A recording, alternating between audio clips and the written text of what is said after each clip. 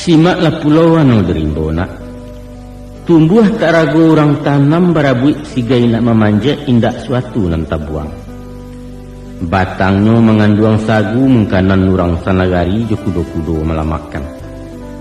Uruyuang diambil ke pincuran, kok dikabuang dibalah-balah elok ke kasau jo kalantai kepaga narancak banah. Daun nan tuo jadi atok nan pucuak ke daun rokok lidih disusun jadi sapu. Ijuaknya elok ke tali, saga pun banyak kegunaan.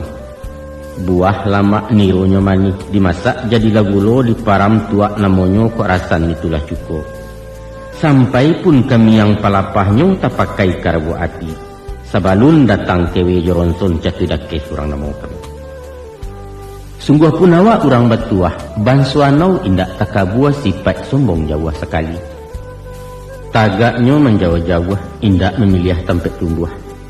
Di bukit, di lurah dalam, di nalereng atau nandata, biar di gurun tanah lakuang inyo wasanang ngati juo. Daunnya ndak rampak bana, kok gugua silaro tuo jatuh belungguak kerumpunnya indak tagaduah kiri kanan. Sangkanu manusia mencontoh anaunak batang sampian namuasiangnya, pastilah. Nagari aman kampung Santoso gemah ripah loh jenami bareh murah tanam menjadi. Itulah masyarakat nan adil makmur di bawah ampun ridha Allah. Maka tercapailah nagari nan baldatun tayyibatun wa rabbun ghafur. Sababalah ya baituna.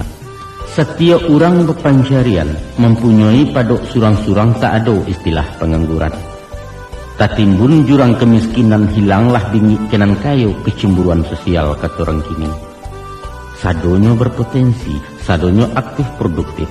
Nan butuh pangbilasuang, nan pakak pelapeh badian lumpuh penggaro ayam nan bingung suruh-suruhan. Inilah sumber daya manusia, modal utama pembangunan, baik itu pemimpin mengatakan. Niro ndak boleh sombong kalidih. Ko indaklah karajo sapu bertumpuak saruk di laman.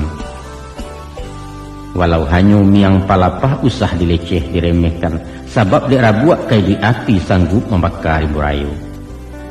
Maka kalaulah sampai tak baguna, Ilya santai mudiak bermainlah kadang bagendong jiwo idut begantuang karanggae, malulah awak baknya kuranglah pulau dari sampia.